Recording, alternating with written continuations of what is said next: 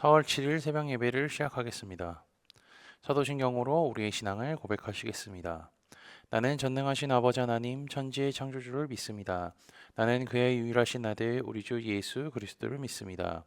그는 성령으로 잉태되어 동정녀 마리아에게서 나시고 본디오 빌라도에게 고난을 받아 십자가에 못 박혀 죽으시고 장사된 지 사흘 만에 죽은 자 가운데서 다시 살아나셨으며 하늘에 오르시어 전능하신 아버지 하나님 우편에 앉아 계시다가 거기로부터 살아있는 자와 죽은 자를 심판하러 오십니다. 나는 성령을 믿으며 거룩한 공교회와 성도의 교제와 죄를 용서받는 것과 몸의 부활과 영생을 믿습니다. 아멘. 다 함께 찬송가 401장 찬양하시겠습니다.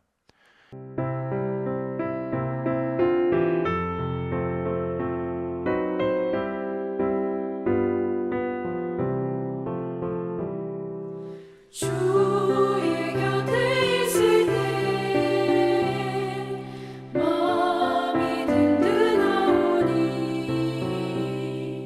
주여 내가 살 동안 인도하여 주소서.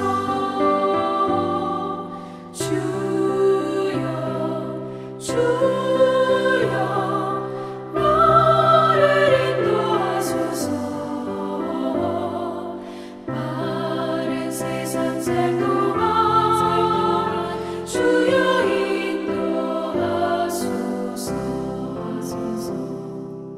비난처인 예수여 세상 물결어갈 때 크신 은혜 베푸사 나를 숨겨주소서. 주여 나를 인도하소서.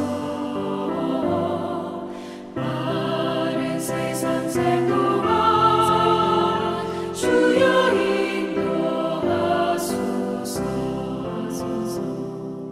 세상 풍파 지난 후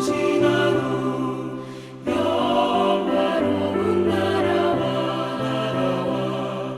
눈물 없는 곳으로 들어가게 하소서. 주여 나를 인도하소서. 바른 세상 살 동안 주여 인도하소서. 오늘 우리 공동체의 성경 읽기 본문은 누가복음 9장입니다. 그중 18절에서 27절까지를 읽고 말씀을 나누도록 하겠습니다. 예수께서 따로 기도하실 때에 제자들이 주와 함께 있더니 물어 이르시되 무리가 나를 누구라고 하느냐. 대답하여 이르되 세례 요한이라고 하고 더러는 엘리야라 더러는 옛 선지자 중에 한 사람이 살아났다 하나이다. 예수께서 이르시되 너희는 나를 누구라 하느냐. 베드로가 대답하여 이르되 하나님의 그리스도시니이다 하니 경고하사 이 말을 아무에게도 이르지 말라 명하시고 이르시되 인자가 많은 고난을 받고 장로들과 대제사장들과 서기관들에게 버림받아 죽임을 당하고 제3일에 살아나야 하리라 하시고 또 무리에게 이르시되 아무든지 나를 따라 오려거든 자기를 부인하고 날마다 제 십자가를 치고 나를 따를 것이니라. 누구든지 제 목숨을 구원하고자 하면 잃을 것이요 누구든지 나를 위하여 제 목숨을 잃으면 구원하리라. 사람이 만일 온 천하를 얻고도 자기를 잃든지 빼앗기든지 하면 무엇이 유익하리요. 누구든지 나와 내 말을 부끄러워하면 인자도 자기와 아버지와 거룩한 천사들의 영광으로 올 때에 그 사람들을 부끄러워하리라. 내가 참으로 너희에게 이르노니 여기 서 있는 사람 중에 죽기 전에 하나님의 나라를 볼 자들도 있느니라. 아멘. 누가복음 7장, 8장, 9장에 이은 이 사람이 누구인가에 대한 질문이 다시 한번 제기되고 있습니다. 그리고 이 본문 이후에 변화산 사건이 나오죠. 누가는 요한복음과 비슷하게 베드로의 신앙 고백을 오병이어의 표적과 연관시켜서 소개하고 있습니다. 그리고 베드로의 신앙 고백은요, 누가복음을 넘어서 복음서의 클라이막스라고 할 수도 있죠. 이 신앙 고백은요, 주님을 믿는 자들이 할 수 있는 고백이며 이 고백을 한 자들이 모여서 세워진 것이 교회이기 때문입니다. 예수님은 이 질문을 하시기 전에 먼저 기도하시는데요. 이것은요, 누가복음의 특징이라고 할 수 있습니다. 누가복음을 읽어보셨다면요, 자연스럽게 캐치할 수 있는 부분으로 누가복음에서 예수님은 항상 중요한 일이 있으시기 전에 기도하셨습니다. 예수님은 앞으로 어떠한 일이 일어날지 알고 계셨음에도 불구하고 주님은 늘 중요한 일에 앞서서 기도하셨죠. 베드로가 주님이 누구신지 고백하는 것도 기도의 결과라고 할 수 있는 것입니다. 예수님은 제자들에게 다른 무리들이 자신을 누구라 하는지 물어보죠. 제자들은 예수님이 세례 요한, 엘리야, 옛 선지자 중에 한 사람이라고 한다는 것을 전달합니다. 제자들의 이 대답은요, 헤롯이 들었던 예수님에 관한 소문과 일치하고 있습니다. 사람들은 예수님을 선지자 혹은 예언자의 차원으로만 이해했지 주님이 하나님께서 구약 성경에 약속하신 메시아라는 사실을 전혀 생각하지 못했죠. 유대인들, 특히 유대인들 중에 종교 지도자들은요, 구약 성경에 통달한 자였으며 말씀을 가까이 하며 살았지만 그들은 알지도 못하고 깨닫지도 못했으며 작은 틈 하나 눈치채지도 못했죠. 그 사실은요, 당시 종교 지도자들이 제대로 된 신앙생활을 하고 있는 것이 아닌 자신들의 이익과 유익을 위한 종교 생활만 했던 것을 우리는 짐작할 수 있습니다. 주님은 두 번째 질문으로요, 너희는 나를 누구라 하느냐? 이렇게 질문을 하죠. 그 질문에 베드로가 이렇게 대답합니다. 베드로가 대답하여 이르되 하나님의 그리스도 신이이다 하니. 주님은 두 번의 질문을 통하여서 자신이 누군지 밝히게 되죠. 베드로의 고백을 들은 다른 제자들도 예수님이 어떤 분인지 듣게 되었고 당장은 그냥 지나갔을지 모르지만 부활하신 예수님을 만나고 성령을 받은 이후에 복음을 전하면서 베드로가 그러한 고백을 했었던 이유와 목적에 대해 깨달았을 것이며 자신들이 믿는 예수님이 누구신지 정확하게 이해했을 것입니다. 예수님은 제자들에게 이 말을 아무에게도 이르지 말라고 명령하십니다. 물론 예수님이 하나님의 독생자 그리스도임을 부인하거나 다른 사람에게 알려지는 것을 원치 않으셨던 것은 아니죠. 오히려 예수님은 부활 이후에 제자들에게 자신을 십자가에 달려 죽었다 부활한 메시아라는 것을 모든 민족에게 전파하라고 명령하십니다. 이 21절의 칭복 명령은요, 예수님의 십자가, 죽음과 부활 이전에는요, 예수님을 정치적 메시아로 잘못 오해할 가능성이 있기 때문에 주어진 것이죠. 예수님은 이스라엘의 정치적 이유로 오신 것이 아니라 모든 사람을 죄로부터 구원하시기 위하여서 오신 분이기 때문입니다. 그리고 이어지는 22절에서 27절은요, 예수님의 첫 번째 고난 예고에 대한 내용입니다. 이 부분은 예수님의 고난 예고와 제자도에 대한 내용이 나와 있죠. 예수님의 고난과 제자도에 관한 내용이 같이 나오는 이유는 무엇일까요? 예수님은 지금까지 말씀과 이적을 통하여서 자신이 어떤 분인지 보여주셨습니다. 그러나 그는 영광의 메시아가 아니죠. 예수님은 놀라운 능력을 갖고 오셨음에도 불구하고 스스로 십자가의 죽음을 담당할 고난의 메시아입니다. 누가는 이 점을 밝히면서 동시에 그를 따르는 제자들도 예수님처럼 되어야 할 것을 가르쳐주고 있는 것이죠. 제자들은 부르심을 받고 예수님의 능력과 권세에 참여했듯이 이제부터는 그들이 예수님의 죽음과 고난에도 참여한다는 것을 알려주고 있습니다. 따라서 예수님의 고난 예고는요, 어떤 면에서 제자들 혹은 교회, 성도가 당해야 할 순환의 예고이기도 한 셈이죠. 예수님께서는 성경 말씀대로 고난을 받고 장로들, 대제사장들, 서기관들에게 버림받아 죽은 뒤에 3일 만에 다시 살아난다고 말씀하셨습니다. 그리고 예수님을 믿고 따르는 자들이 어떻게 살아야 하는지도 알려주고 계시죠. 또 무리에게 이르시되 아무든지 나를 따라오려거든 자기를 부인하고 날마다 제 십자가를 지고 나를 따를 것이니라. 아멘.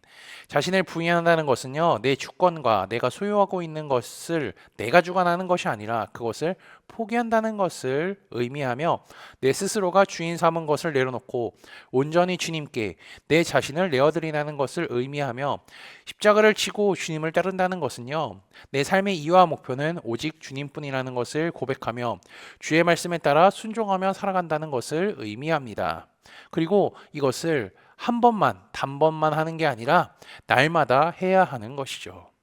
그리고 주님을 위해 목숨이 위험한 상황이 온다 할지라도 목숨을 얻고자 하면 잃어버릴 거고 주님을 위하여 목숨을 잃게 되면 구원을 받게 된다고 24절에 말씀하셨습니다. 복음을 위하여서 고난과 역경, 죽음의 위험에 처할 수 있습니다.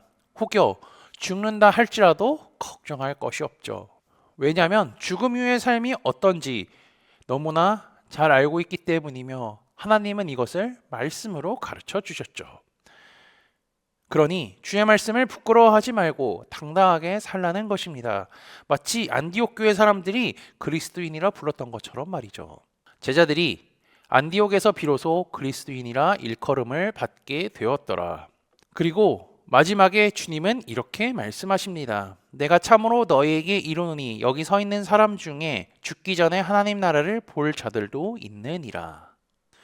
주님은 죽기 전에 하나님 나라를 볼 자들도 있다고 얘기하셨는데요. 제자들은 예수님과 함께 있으면서 하나님 나라를 맛보기 한 거나 마찬가지입니다.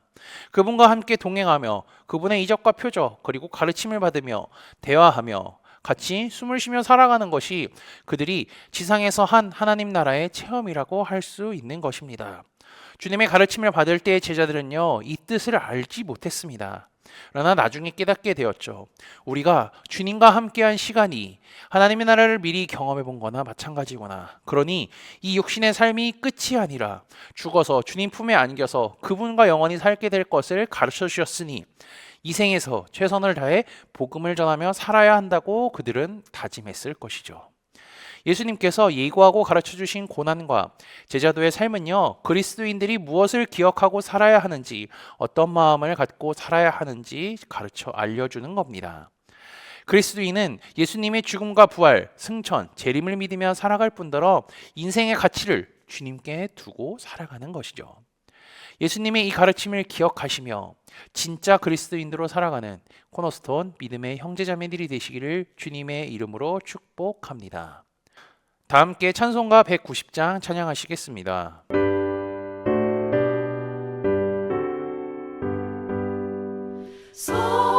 성령이여 강림하사 나를 감화하시고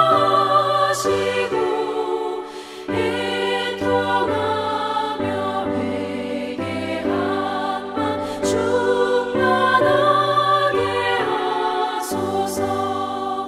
예수여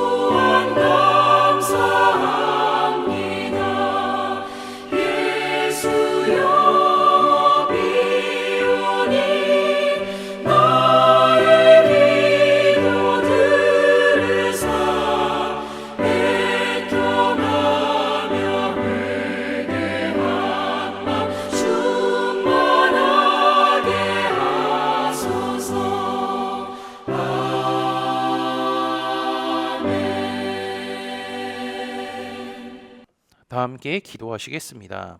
은혜로우신 하나님 아버지, 이 아침에 주 앞에 나와 예배할 수 있게 하심에 감사합니다. 인간을 사랑하사 독생자 예수 그리스도를 이 땅에 보내주시고 죄를 처리해 주심에 감사하며 살아가는 하루가 되게 인도하여 주옵소서. 그리고 주의 말씀을 날마다 묵상하고 그 말씀대로 살아가게 하여 주옵소서.